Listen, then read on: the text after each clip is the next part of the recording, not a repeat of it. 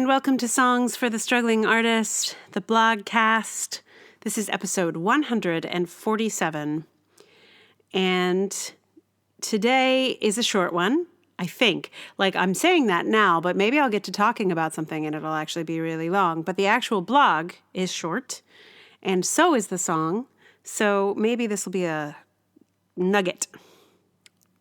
But I went to this like a information session, workshop type thing with the woman who is in charge of children's content at Audible.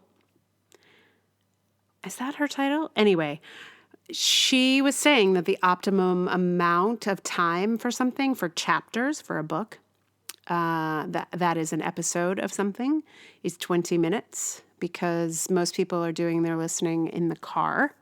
So things that chunk out at about 20 minutes tend to be, they're kind of, I don't know what they call it, like their benchmark, they say that's good. So, it's, this podcast tends to chunk out in that territory.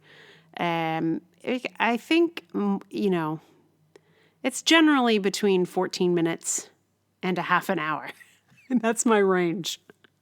So I guess I'm meeting the Audible guidelines, although I'm not on Audible yet.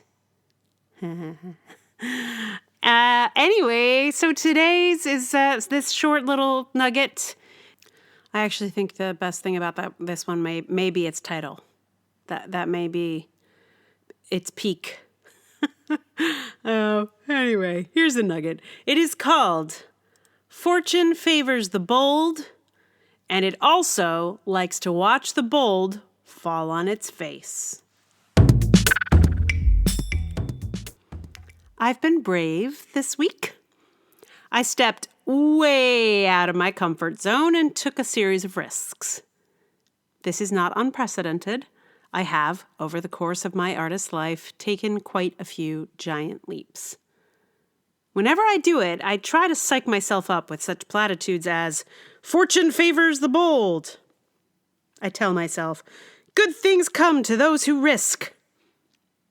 But even though these ideas help me to take the risk, they have rarely been true. I have been brave more times than I can count, and the results have been mixed, at best. In fact, if I'm truthful, 9 out of 10 brave attempts have resulted in failure. If these were parachute jumps, I would certainly be dead.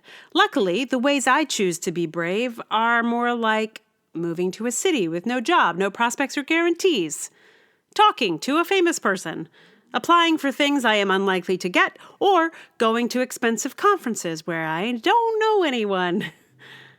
My risks are mostly risks of my dignity or security. And when I fall on my face, it does not feel good, I will admit. I fall down a lot, and it hurts every time. But I do have quite a bit of clown training, and I know how to fail. I know that failure feels bad, but can sometimes generate the most authentic, interesting moments. I would like for fortune to favor me at some point, but meanwhile, I am fully prepared for a complete and total faceplant every time I attempt to be bold. I told you it was short. It is a short one.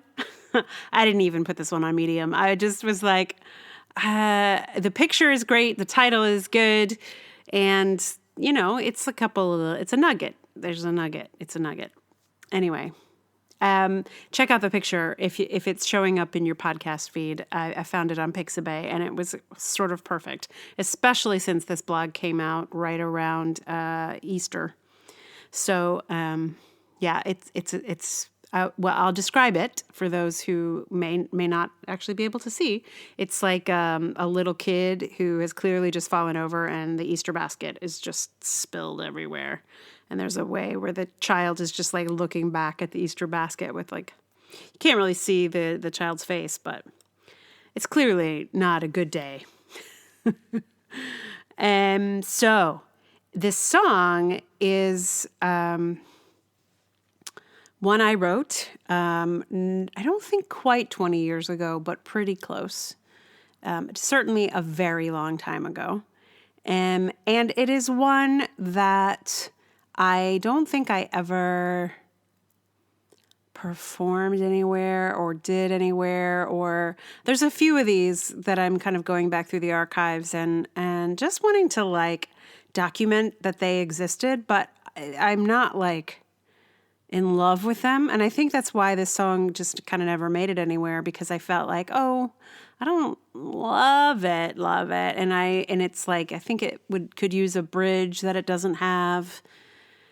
But in kind of going through this old notebook, there are a lot of songs that I do not remember, like at all, that I labored on and, really like crafted and, did the work with. And I don't remember a single thing about them because I may not have recorded them anywhere, or if I did, those recordings are lost either to the changing software or they're like on a cassette that I don't have, or, I don't know where they are.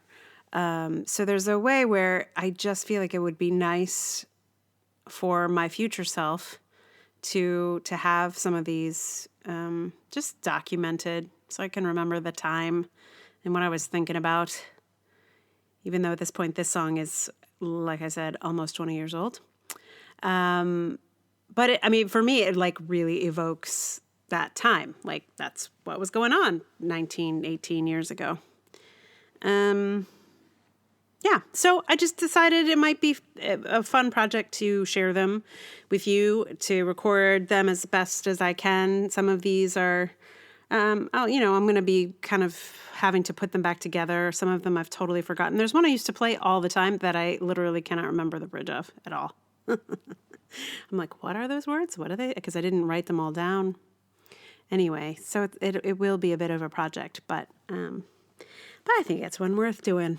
So I'm going to do it.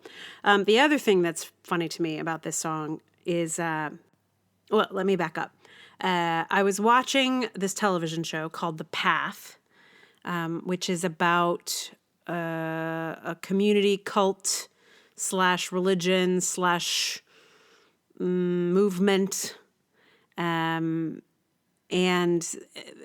the people in the community, like they have like a kind of a churchy vibe, but it's I can't really sum it up accurately, but it's like it's very interesting because it has all these kind of cult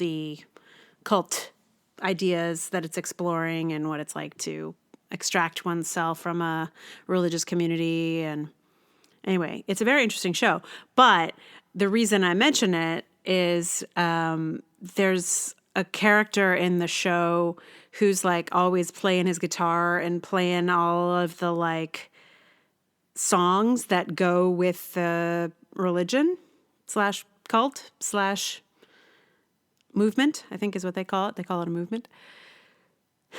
And there's a way where I feel like this song could be a song from the cult in the show. And then I was like, oh no, I could write religious songs? That's weird. I'm not religious at all. But I just was like, oh, this song could so easily be sort of just tweaked an inch. Not even, it probably doesn't even need an inch to be tweaked into some kind of like religious-y, worshipy song. Oh, that's what they call music, like the worship music. That's what they call it in a couple churches. It sounds like a worship song. Oi, I say to you.